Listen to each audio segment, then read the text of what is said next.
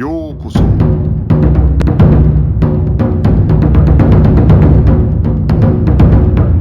Eu sou o Gustavo e você está ouvindo o Budocast. Estamos aqui mais uma vez com o Elton. E aí, Elton, beleza? Fala aí, Guga, beleza? Esse podcast, esse Budocast, na verdade, ele é o primeiro que a gente vai atender aqui uma pergunta de um ouvinte. Veja só. Então, o Roger Fernandes Rocha comentou no Instagram do Budocast e aí falou o seguinte: podiam fazer podcast sobre o Kimura, hein? Pelo que li, o que consegui ler sobre, era o mais brabo da luta agarrada de sua geração. E aí, Elton, vamos falar então sobre o Kimura. Dá uma linha, só uma ideia geral assim, ele falou, era o mais brabo da sua geração, ele era o mais brabo? O que você acha? Cara, acho que o Kimura, como a maioria das pessoas aí que conhece a história do jiu-jitsu brasileiro, o Kimura era o cara a ser vencido, né?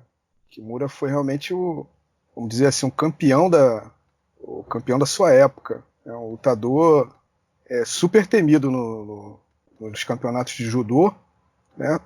E um lutador também que não só dominava, né, o judô, mas também tinha um contato muito grande também com a luta livre, né? O Kimura ele passa a desenvolver um trabalho de luta livre depois, e esse trabalho até, né, deixa algumas raízes aqui no Brasil que a gente vai poder falar um pouquinho disso aí mais à frente. Você vê que é interessante, né? Quando eu fui procurar sobre o Kimura, assim, na internet, né? Eu já vou dizer que eu não sou um especialista em Kimura, né? Mas eu dei uma estudada pra gente fazer esse Budocast.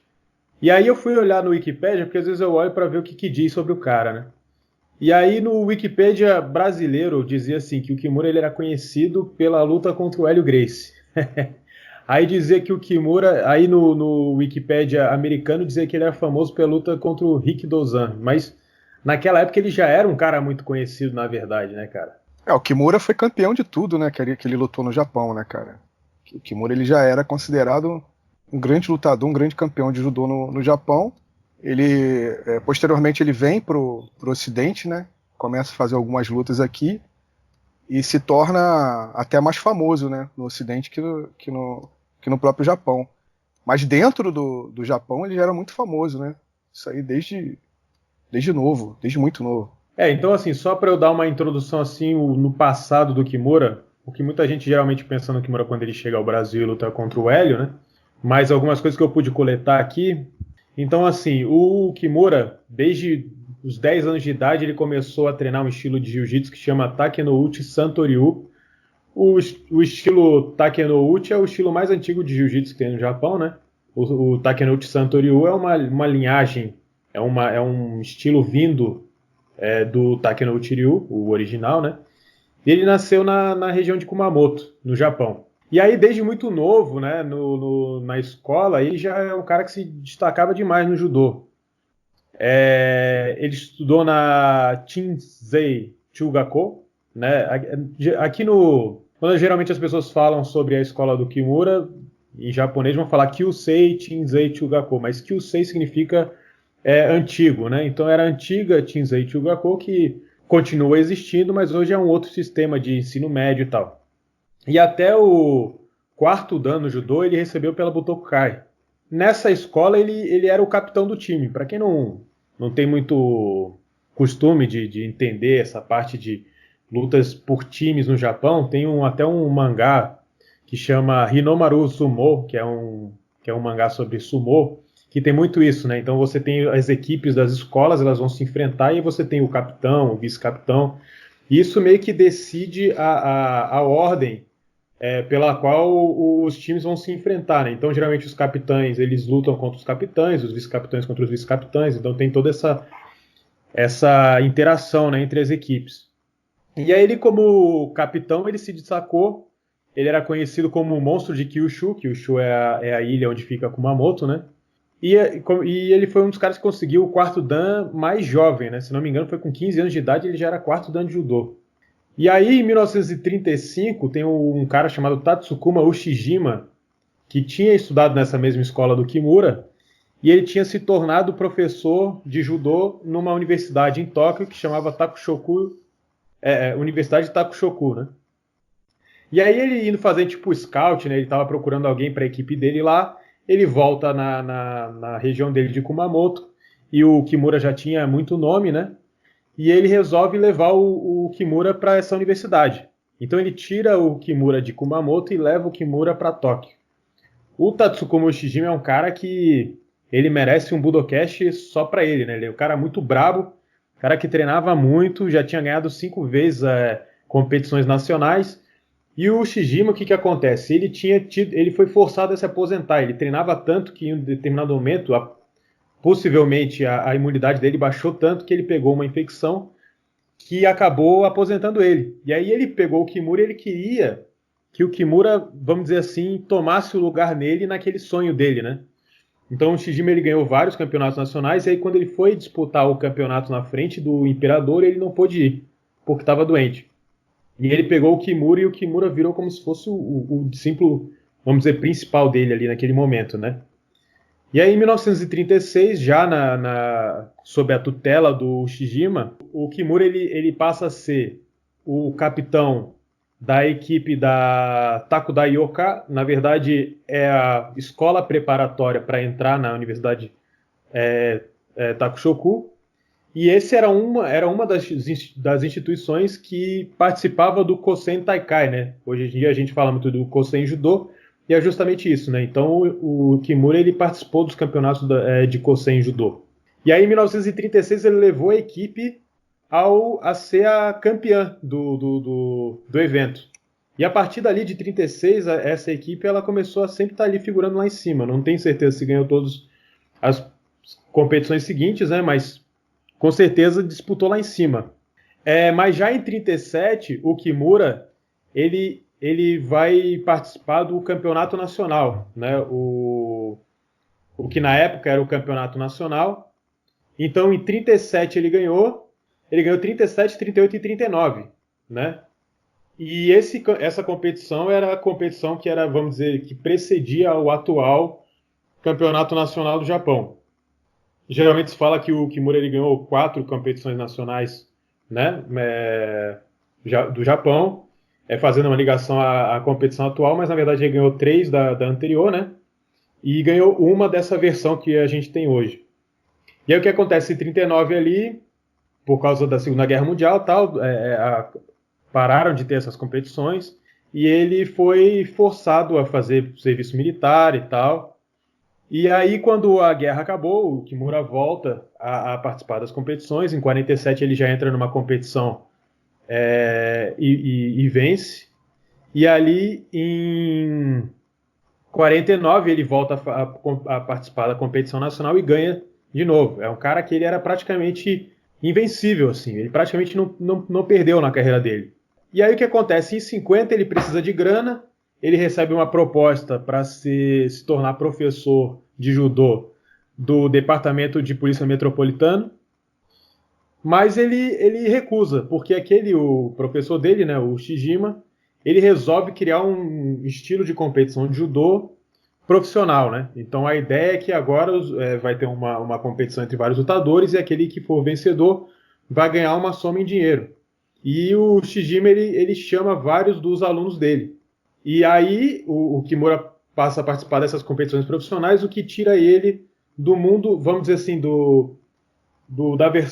das outras competições do judô, né? Ele acaba tendo que se afastar da Kodokan e do que era o mundo do judô naquela época, a partir do momento que ele decide fazer parte dessas competições profissionais. Porque o que acontece? Como existia essa vontade do judô fazer parte das Olimpíadas, para participar das Olimpíadas, os competidores precisavam ser atletas amadores, né? E a partir do momento que você é profissional, você não pode mais participar de uma Olimpíada. Existia uma restrição muito forte pela Kodokan com relação a isso, né? E dizem que ele foi expulso da Kodokan nessa época, não tenho certeza, mas de qualquer maneira a graduação dele fica meio que retida ali, né? E aí, né, em abril de 16, ali em 1950, ele faz a primeira luta profissional de judô dele, ele ganha todas as lutas e ele é o grande vencedor. E aí, eventualmente, em 51, ele chega ao Brasil quando ele faz a luta dele contra o Hélio, né, que é realmente um fato que acabou alavancando ele. Eu acho que hoje, principalmente na história atual das artes marciais. Muita gente vai lembrar disso porque o jiu-jitsu brasileiro acabou tomando uma grande proporção no cenário das artes marciais do mundo, né, mais recente, né? Um fato interessante, né, sobre a ligação de Kimura com o Brasil é o outro personagem, né, o Takeo Yano, né? O Kimura e o Takeo Yano, eles vieram da mesma cidade, né? Eles nasceram e cresceram na mesma cidade. Em algum momento na vida do Kimura, ele chegou a ter, né, algum tipo de contato ainda no Japão com o Takeo Yano, né? Chegou a ter umas aulas. Ele tinha um respeito pelo Yano. Então o Yano faz contato com o Kimura, né? O Kimura vem para o Brasil em 51. Tem toda aquela exposição, né, da luta com o Hélio. E isso aí, né, a gente já debateu bastante. A parte mais interessante da vinda do Kimura ao Brasil, na minha opinião, é realmente em 59. Né? Tem pouca gente sabe dessa segunda vinda do Kimura ao Brasil, também intermediada pelo Takeo Yano. O Kimura, ele é anunciado nos jornais pelo Yano em 58, onde ele faria uma grande turnê, né, pelo Brasil. E o Yano, em 58, já ele começa a preparar o terreno para a chegada do Kimura. Então, ele vai aos jornais e fala que quem quisesse lutar com o Kimura, né, poderia começar a se preparar, que o japonês, em 59, ele chegaria ao Brasil. E realmente, em 59, o Kimura chega ao Brasil, ele começa a dar algumas entrevistas, né, e desafia todo mundo, né. E por incrível que pareça, não tinha ninguém para lutar com o Kimura, né. Todo mundo meio que ficou, né, esperando alguém se apresentar. E o Carson, ele aparece com a mão machucada, né, ele fala que machucou a mão, não iria poder lutar. O Hélio diz que não tem nada a provar, já teria lutado com o Kimura, né, em 51, e o pessoal insiste no Valdemar, né. O Valdemar era o nome ali na época. Em 59 tinha vencido aquele Vale Tudo que durou 3 horas e 45 minutos, né, com o Hélio. Fez algumas lutas com o Carson. Então, não só os lutadores da época, mas a imprensa também, né, colocou muita pilha ali pro Valdemar poder enfrentar o Kimura. E muito a contragosto, o Valdemar resolve lutar com o Kimura, né?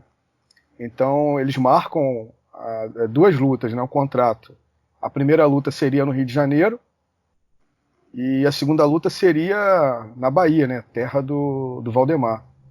No caso tem uma coisa importante aí, que caso quem não conheça, né, tanto o Kimura como o Valdemar, os dois lutaram contra o Hélio Gracie, né, no caso. Tem esse fato, né? Esse fato interessante. Então, talvez por isso, né, depositaram tanta esperança no Valdemar. Enfim, as 2 lutas são marcadas, né, marcaram a primeira luta no Rio de Janeiro, e seria nas regras do jiu-jitsu, né, usando kimono, e a segunda luta seria nas regras da luta livre, mas seria uma espécie de vale tudo. E o Kimura, ele não tinha ideia, né, cara, do que seria um vale tudo. Quando foi passado assim, o que acontece, né? O Kimura, depois que ele vence o Hélio, tem a outra luta dele muito conhecida, que é ele contra o Rick Dozan ali em 1954. E ali dá pra ver que ele já tá fazendo meio que aquele pro wrestling, aquela luta livre meio combinada, né? Então, a luta, dizem, né, que a luta do Kimura contra o Rick Dozan era combinada, mas em um determinado momento o Rick Dozan ele sai do combinado e nocauteia o Kimura, né? Falam muito daquela cutelada que ele dá no pescoço dele, mas se a gente for ver, tem um determinado momento da luta ali que, assim, a luta inteira ela parece de meio combinada, tem aquela coisa do cara tá no chão, de repente os dois levantam, ficam olhando um pra cara do outro, aquela coisa, mas tem um determinado momento ali que o Rick Dozan começa a chutar a cabeça do Kimura meio no chão mesmo, essa luta aí, pra quem quiser assistir, tem no YouTube, né, foi em 1954, Mas talvez aí o Kimura também tivesse um pouco dessa, vamos dizer, essa bagagem aí dessas lutas assim meio combinadas. Talvez ele não, até por vindo de fora, talvez ele não estivesse entendendo muito bem qual era a ideia da coisa, né? Não, com certeza. Isso fica muito claro quando as pessoas falam do Hélio, do Vale Tudo que o Hélio fez com o Valdemar, né? O Kimura ele acha um absurdo, ele fica espantado, ele acha uma coisa realmente deplorável. Ele não acreditava, né, que no Brasil se pudesse fazer esse tipo de luta, né? Então ele achava uma coisa muito violenta, né, e fora realmente da mentalidade do japonês, né, super civilizado naquela época. Então, quando se fala em luta livre, né, então o Kimura ele pode ter entendido ali que se tratasse de luta de Pro West, né, que ele fez diversas apresentações, que é o mais provável. Ele faz algumas apresentações de Pro West em São Paulo e depois pelo Nordeste, onde ele se junta com alguns lutadores, né, e faz algumas apresentações. Ou imaginava também que de repente poderia ser uma luta, né, sem o kimono, onde só valessem finalizações. Mas eu acho que o mais provável seria realmente, né, essa luta de Pro West, né? Sendo para valer ou não, né? Sendo com movimentos pré-determinados ou não, eu acho que na mentalidade do Kimura seria algo muito próximo a isso. Mas não, né? Foi uma luta de vale tudo, baseada nas regras do catch, né? Para quem não teve oportunidade, né, de se aprofundar mais nisso, o site lá do Cristiano, né, www.jorgegrace.com.br, tem muita informação, e nas lives aí do Ian, onde a gente conta um pouco a história do jiu-jitsu, a gente fala um pouco, né, desse lance de catch-as-can no Brasil, que era sinônimo, né, de luta livre. Então, isso aí é até interessante você falar, Elton. O Budocast ficou um tempo no hiato aí, né? Eu fiquei sem publicar. Mas para quem não sabe, aos domingos a gente tem feito algumas lives, eu não participei da última, no canal do Ian Behrings, falando sobre a história do jiu-jitsu no Brasil e tal. E eu acho que a gente até já chegou a falar sobre o Kimura em uma das lives. E as lives elas ficam algum tempo no YouTube e eventualmente elas só são acessíveis pelo Spotify, né? Num podcast que o Ian faz lá. Então, para quem tiver interesse, né, pode procurar essas lives aí, ou o Spotify lá do Ian também, que eu participo lá também com essa galera aí, com o Elton, com o Cristiano e tal. Pode seguir aí, Elton. Então, o Cat, né, o Catch-as-can, ele era visto de maneira muito ampla, né, muito genérica no Brasil. Então você tinha diversas regras, você tinha o pessoal que trabalhava ali com a luta muito próxima do Pro West, né, que a gente conhece hoje, luta combinada. Você tinha o que eles chamavam de Catch-as-can nacional, que seria uma espécie de jiu-jitsu sem kimono. E você tinha o catch, que era sinônimo de vale tudo, onde você usava praticamente quase todas as técnicas do vale tudo, né? A diferença era que você não podia dar chute alto, então geralmente os chutes onde você podia acertar a cabeça, né? Tanto chute frontal, lateral, chute rodado, esses chutes em quase todos os eventos, né? Dependendo da organização, eles eram proibidos, você só podia dar chute do pescoço para baixo. E os socos, eles só poderiam ser usados de cutelada, né? Ou seja, mão semi-aberta. Quem teve a oportunidade de ver, né? Existe no YouTube umas lutas do Valdemar contra o Ivan Gomes. Muito legal, cara, porque você vê que eles estão lutando ali dentro dessa regra do catch, né? Onde eles lutam de mão aberta, então eles socam só usando a cutelada, eles não fecham realmente a mão, né? Não valia. Então, Essa luta do Kimura com o Rick Dozan é mais ou menos a mesma coisa, né? Isso, só que no caso do Rick Dozan e do Kimura, era uma luta combinada, né? Eles combinaram aquele Isso, eu digo mais em relação à questão de regra mesmo. Só que no Brasil, o pessoal lutava no duro, né? Como eles falam, né?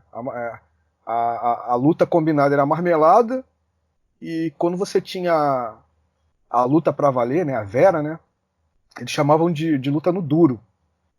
Então, tinha, né, esse sentido muito amplo da palavra catch, né, no Brasil. Depois a gente pode até se aprofundar mais aí nesse assunto, que é um assunto muito interessante, né, que é pouco abordado. Quando a gente fala em catch, todo mundo vem à mente logo Marmelada, né, porque no final da década de 60 você tem aquele programa ali criado ali pelo Ted Boy Marino, que acabou passando pelo um monte de emissoras de TV e se tornou muito popular, né, virou o Telecat, né. Então o pessoal, as pessoas no Brasil, principalmente o pessoal, a geração mais nova, quando você fala em cat, né, automaticamente eles se ligam aí nesses programas aí onde o pessoal fazia aquelas lutas ali de pro wrestling, né. Só que a história do cat aqui no Brasil ela é muito mais ampla, né, muito mais complexa. Então, na mentalidade do Kimura, provavelmente ele acharia que ele fosse fazer algo semelhante ali a uma luta combinada.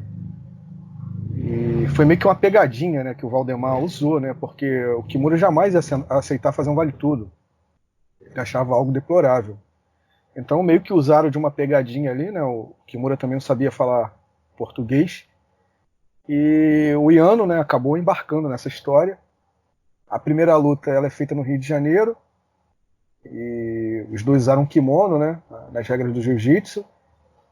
O Kimura simplesmente ele brincou com o Valdemar, né? O Valdemar não teve a mínima chance. O Kimura ele finaliza o Valdemar sem nenhum tipo de problema. E é marcado a nova luta no Nordeste. O Kimura, na verdade, o Kimura e o Yano e mais uma trupe de lutadores, eles começam a fazer, né, cara, uma turnê pelo Brasil. Eles lutam no Rio de Janeiro. O Rio de Janeiro, na verdade, ele não tinha mais adversário, né? O Carson, como foi comentado anteriormente, o Carson ele tinha machucado a mão, então não poderia lutar com o Kimura. O Kimura dá até um prazo para ele e tal, mas não chega a um acordo. Então eles vão para São Paulo, fazem umas apresentações de pro wrestling, né? Eles são muito bem recebidos. Depois eles começam a fazer essa turnê pelo Nordeste, onde passam por diversas cidades do Nordeste. O engraçado, cara, é que a falta de lutadores para lutar com o Kimura era tão grande que o próprio Yano, né, o Yano ali com mais de 50 anos, ele tem que subir no ringue para fazer uma luta com o Kimura, né? Porque ninguém queria enfrentar o Kimura.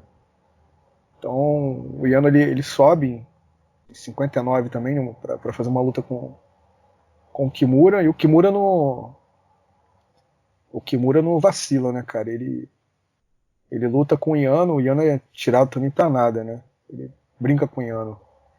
Então eles fazem algumas lutas ali até chegar na Bahia. Ali provavelmente o Yano já subiu sabendo que ia ser derrotado, né? Não, com certeza. O Yano tava com mais de 50 anos, né? Já bem mais leve também, né? Então foi praticamente uma luta ali mais demonstração, né? Mas foi uma luta vera, né? Só que o Kimura vamos dizer, ele não aliviou pro Yano, né? As reportagens que a gente lê, né? Que a gente tem acesso, fala que o Kimura ele não além de não aliviar, né?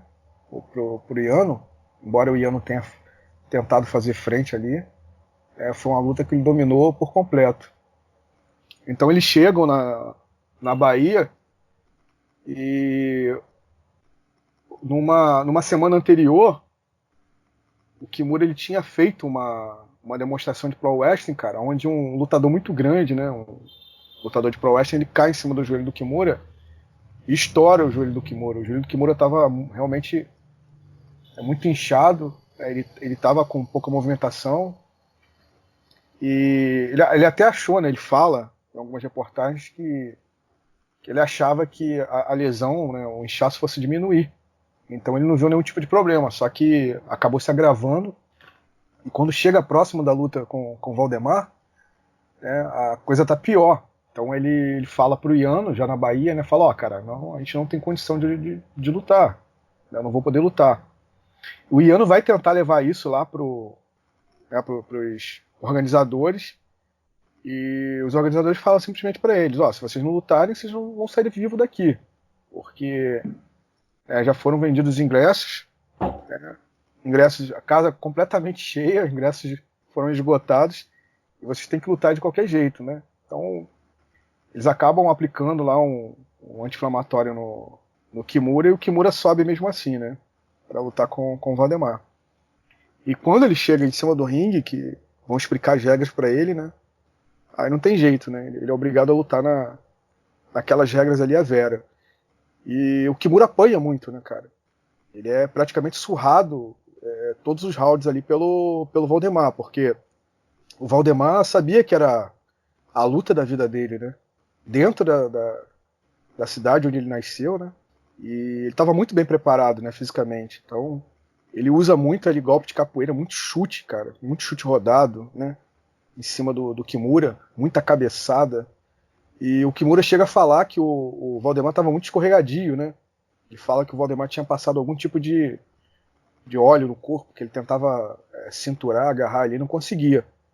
E o Valdemar, né, trabalhava à distância, chutando, socando, né, batendo muito com o Kimura. E quando o Kimura tentava encurtar a distância, o Kimura levava muita cabeçada do Valdemar, né? Então ele chega a falar que uma certa hora que ele leva alguns chutes e algumas cabeçadas do Valdemar, que ele pensa até em desistir. Mas então ele lembra de todo o treinamento dele, e ele lembra também dos treinamentos de karatê que ele fez no Japão, né? Sim. Com o Oyama. Ele treinou há algum tempo. Eu acho que ele chega a disputar alguns campeonatos de karatê também no Japão. E ele Eu não tenho começa. certeza, mas eu sei que o Kimura ele treinou, não sei por quanto tempo, né? Mas ele treinou alguma coisa de Karate Shotokan, treinou alguma coisa de Goju Ryu e também, até onde eu sei, conheceu o Oyama, né? Ele Mas chega. é difícil dizer exatamente quanto que ele treinou e tal. Eu realmente não tenho essa informação, mas o Kimura ali, ele já dá pra ver que ele olhava além do simplesmente do judô, né? Mas ele tinha um conhecimento mesmo de karatê, né? Ele começa a colocar esses conhecimentos de karatê, né, dentro da luta com o Valdemar, onde ele fala que é o que salvou ele, né? Ele usa muito o judô também, mas com a dificuldade muito grande de projetar o Valdemar, né? Justamente porque o Valdemar parecia estar muito escorregadio, né? Segundo Kimura. Poderia ter passado algum tipo de óleo no corpo. E a luta foi uma batalha, né? Onde o Kimura apanhou muito. Mas ele consegue sobreviver. O joelho também, né? Foi um grande empecilho ali na luta do Kimura, né? Eu acho que se o joelho do Kimura não tivesse tão comprometido, acho que o resultado da luta até seria outro, né? Mesmo sendo uma espécie de vale tudo, se o joelho dele não tivesse tão ruim, o resultado poderia ser outro. Mas de qualquer modo, a luta ela termina com empate, né? Porque a previsão só haveria um vencedor por nocaute ou finalização. Como o Valdemar não conseguiu nocautear nem finalizar o Kimura, a luta terminou em empate, né? Mas foi uma luta assim que o Kimura fala que ele apanhou tanto que ele, depois de 2 semanas, ele tinha muita dificuldade de andar, né? Você imagina, né, cara? O joelho lesionado, você lutando com um sujeito do porte do Valdemar, né? Um monstro. Apanhando o tempo todo, né? O cara sobreviveu, foi realmente um guerreiro dentro do ringue. Fora provavelmente as várias lesões que ele já tinha ao longo de anos e anos como competidor, né, como atleta. Ele já tava, isso aí já foi mais pro final da carreira dele, né? É importante, né, frisar isso, que quando o Kimura chega no Brasil, já em 51, com a luta com o Hélio, ele praticamente estava em fim de carreira, né? Como lutador profissional. Então ele estava fazendo ali essas lutas, eram praticamente lutas de demonstração. Ele só enfrenta o Hélio realmente porque o Hélio vence o Kato, né? Então, naturalmente ele tinha que, vamos dizer assim, vingar, né, a derrota do Kato. Senão eu acho que o Kimura nem teria lutado a Vera no Brasil, né? Acho que ele ficaria fazendo. Geralmente tentam transformar ele num monstro, eu digo assim, fisicamente, muito maior do que ele era, retratando hoje, né? Como se o Kimura fosse enorme e tal, mas o Kimura tinha 1,70 de altura, mais ou menos. Então, Era menor assim, que o Hélio. ele era um cara realmente forte, tecnicamente ele era muito bom. Como ele tinha participado aquelas competições de Kosen, ele não ia se pegar despreparado na luta de chão. Era um cara muito bom tanto na luta de chão como na luta de pé. Tecnicamente, o Kimura era um monstro, de fato. Mas essa diferença, existia de fato uma diferença de peso do Hélio pro Kimura, mas não digo que era pequena, mas era menor do que geralmente se fala, né? Peso e idade também, né? Sim. Peso e idade. Então, depois dessa luta na Bahia, eles acabam indo pra Manaus, cara. Então, eles acabam montando uma academia de luta livre e judô, né, em Manaus. Eu não sei se o Kimura ele traz o companheiro dele, que ele traz em 51, o Yamaguchi, né? Aquele gigante, se ele traz novamente para o Brasil, ou se o Yamaguchi tinha ficado aqui no Brasil, né? Porque é uma informação que eu estou tentando levantar, só que ainda não tive muito tempo. Mas eu sei que o Yamaguchi está com ele no Amazonas. Eles montam uma academia de luta livre e judô. Posteriormente, o Kimura retorna, né, pro Japão, e o Yamaguchi fica no Brasil. Ele fica dando aulas lá nessa academia. E depois ele acaba indo para a Bahia. Um outro fato interessante, né? Ele vai para a Bahia, treina alguns lutadores ali que participam desses eventos de Vale Tudo. E ele dá aula até para aquele Toro Moreno, né, que foi um grande lutador. Lutou com Valdemar, enfim, lutou com vários lutadores da época aí. Mas uma das lutas mais comentadas dele é com Valdemar, né, onde ele chega, se eu não me engano, acho que ele empata com Valdemar. Foi uma luta muito esperada na época. Mas o Toro Moreno ele vai até a faixa marrom, cara. Ele fala que pega a faixa marrom com o Yamaguchi. E depois eu acho que o Yamaguchi vai embora, vai para algum lugar. Eu sei que o Yamaguchi acaba morrendo ali na década de 60 ainda. Acho que ele morre no Brasil. Outra história que eu tenho que apurar. Mas ele fala que pegou a faixa marrom, até a faixa marrom com o Yamaguchi. E aqueles filhos dele, né, os boxeadores, até que foram campeões olímpicos aí, tem o nome do filho dele que ele dá em homenagem ao japonês, né? O nome do filho é Yamaguchi Falcão. Eu sempre ficava me perguntando, né? Pô, o nome do filho do Toro Moreno, né? O nome japonês Yamaguchi. Aí depois eu fui descobrir, né, que o Yamaguchi foi professor do Toro Moreno. Aí o Toro Moreno depois ele recebe a faixa preta dos Gracies, né, cara? O pessoal dá a faixa preta pra ele e ele acaba representando os Gracies aí durante um tempo. Né, se dedica ao Vale Tudo. Mas você vê como tem diversas informações importantes, né? E coisa muito bacana que aconteceu que não foram tão exploradas ainda, né, pelos pesquisadores. Então, para quem não sabia, o Kimura ele passou um tempo no Brasil ensinando também. Não foi só aquela vinda dele quando ele enfrentou o Hélio, né? Depois ele veio de novo, fez luta e também abriu ali uma academia por algum tempo, né? Na década de 70 ele volta novamente. Eu não me lembro direito a data, mas ele volta na década de 70 no Brasil de novo. Eu não sei se o Kimura tinha algum tipo de comércio no Brasil, algum tipo de negócio, mas ele volta novamente aí na década de 70. Acho que logo depois ele morre, né? Ele morre o quê? Na década de 80? Ele morre em 1993, né? 93, Depois né? dessa vinda no Brasil, ele volta para o Japão, ele volta a se relacionar com o judô e tal. Tem até alguns vídeos dele, as pessoas têm aqueles vídeos tipo videoaulas assim de judô, que muita gente que busca por Kosen Judô já deve ter assistido, né? Mas em 93 ele morre, ele vem a falecer. O Kimura parece que ele teve também um contato com aquele pessoal de São Paulo, né? Pessoal ligado ao judô ali. Ele Sim, na chegou até. verdade, quando ele vem, mesmo quando ele vem enfrentar o Hélio, ele visita a Budokan do Ogawa, né? O que acontece? O Brasil ali naquela época existia uma divisão no judô brasileiro e o grupo da Kodokan no Brasil eles eram totalmente contra as lutas de desafio, principalmente ali já em 1950, né? que é quando começam a fazer todas as preparações para ter as competições internacionais de judô, o mundial vem acontecer mais para frente. Então, eles são contra. E essa divisão do judô no Brasil, do outro lado você tinha o Ogawa, você tinha os irmãos Ono, né? Os irmãos Ono, que também, um dia, quem sabe, a gente pode fazer um Budocast sobre eles. Eles eram lutadores de ringue, né? Enfrentaram os irmãos Gracie e tudo. Então, assim, quando o Kimura vem, ele vai a Budokan do Ogawa e tal, ele se junta, vamos dizer assim, com essa galera do judô que está mais próxima a essas lutas de desafio, né?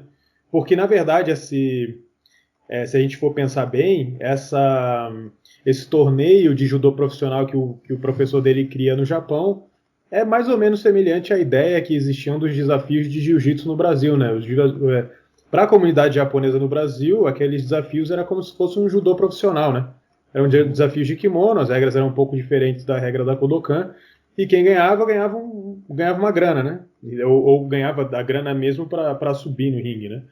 Então, quando o Kimura vem, ele se junta com essa galera, com o Ogawa e tal. O Yano também, né? Fez parte dessa história também da parte da introdução do judô através dos desafios no Brasil, né? Isso aconteceu no mundo inteiro, né? Cara, o que você me diz aí daquela história do cambojano, que o Kimura fala no livro dele? Pelo menos, eu não achei nada relacionado a isso ainda, né? Você sabe de alguma coisa? Não, eu não sei realmente. Não sei. Eu tenho uma biografia completa aqui do Kimura, mas que ela é toda em japonês, né? Mas vai demorar um tempo até eu conseguir ela inteira. Tem uma coisa muito interessante que o cara fala nesse livro, que é o seguinte: ele fala que no judô, né, existiram alguns caras que adquiriram o apelido de Oni, né, de demônio. Então você tem o Yokoyama, né, primeiro, né, o que era um dos quatro, era do Shiten-no, né, da Kodokan, um dos quatro mais importantes alunos do Jigoro Kano. Depois dele você tem o Toku Sanpo, que também era da Kodokan, que também ganhou esse apelido, então logo depois dele. Aí depois vem o Shijima, que foi o que eu tinha falado, né? Professor do Kimura, e depois vem o Kimura, que também ganha esse apelido. Então no mundo do judô você teve esses quatro caras aí com esse apelido. Então você vê que o Kimura era um cara que ele era assim, fora do comum, assim como todos esses caras que eu acabei de falar, né? Então ele tinha, antes de chegar no Brasil, ele já tinha uma fama absurda no Japão, era um cara muito conhecido mesmo. E é mais ou menos essa a trajetória aí do Kimura em linhas gerais. Mais alguma coisa que você quer acrescentar aí, Elton? Mas tu chegou a ler alguma coisa dessa história do cambojano? Tu viu lá a tradução do livro do Kimura? Não vi. O Kimura fala o seguinte: o Kimura fala que depois da derrota do Kato pro Hélio, ele se prontifica a lutar com o Hélio, né? E até aí, né, tava tudo tranquilo. O Hélio, o Carson, continuaram a dar diversas entrevistas, né, falando que ia ser uma luta, poderia ser uma luta dura, mas o Hélio não temia o Kimura, né? Na verdade, o Kimura dá a entender que o Hélio achava até que poderia ganhar ele. Então ele resolve fazer uma visita à Academia Gracie, né? E parece que ele finaliza todo mundo lá na academia, né? Finaliza lá os principais lutadores, né, nessa visita. Inclusive ele usa até a Aldegarami, né, que ele venceu o Hélio e a gente no Brasil ficou chamando de Kimura. E o pessoal ficou impressionado, né, com a técnica do Kimura. E parece que os gregos teriam acordado, né, para o problema que seria para o Hélio enfrentar o Kimura. Então eles vão aos jornais e começam a dizer que o Hélio não enfrentaria o Kimura, porque o Kimura, na verdade, não seria um representante japonês, né? Ele seria um cambojano. Lembrei. Lembrei dessa história. Ele seria um cidadão do Camboja e não um japonês. E foi uma confusão, né? Porque a imprensa começou a falar que realmente não teria sentido uma luta do Brasil versus Camboja. Teria que ser o Brasil versus Japão. Então, seria até melhor o Hélio lutar com o Yamaguchi, né?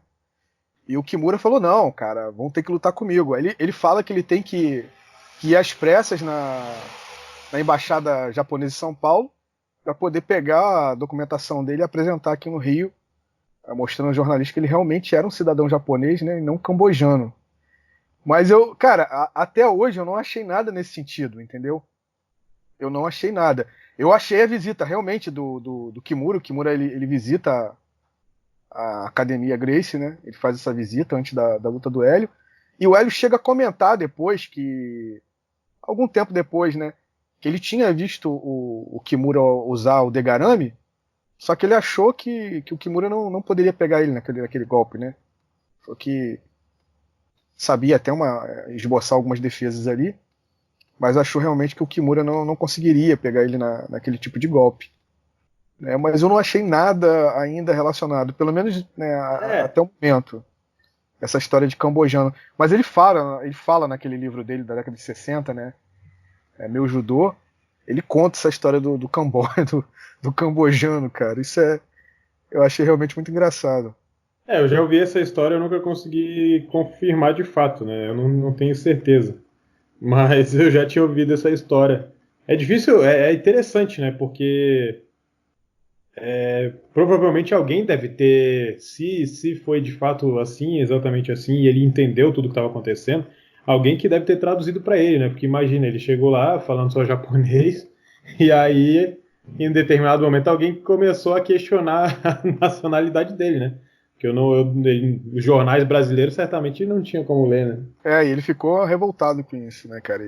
Ele tem que viajar para São Paulo nas vésperas da luta para poder pegar a documentação na embaixada e provar que ele era realmente um cidadão japonês, né? Mas fica a dica aí, né? Pra gente poder começar a procurar alguma coisa nesse sentido, né? Essas histórias elas sempre têm muito espaço para pesquisar, né? Certamente a história do Kimura ainda tem muita coisa, principalmente dessa relação dele com o Brasil, né? O Kimura, na verdade, é um desses caras, assim como o Maeda também era, né?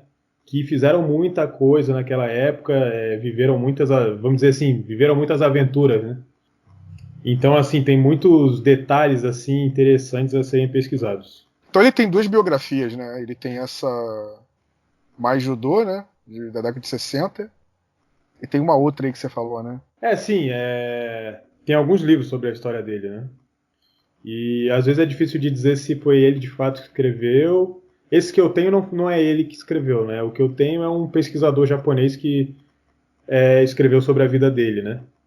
Mas mesmo o que ele escreveu é difícil saber se foi ele que escreveu ou se alguém. Que geralmente essas pessoas elas não escrevem de fato o livro, né?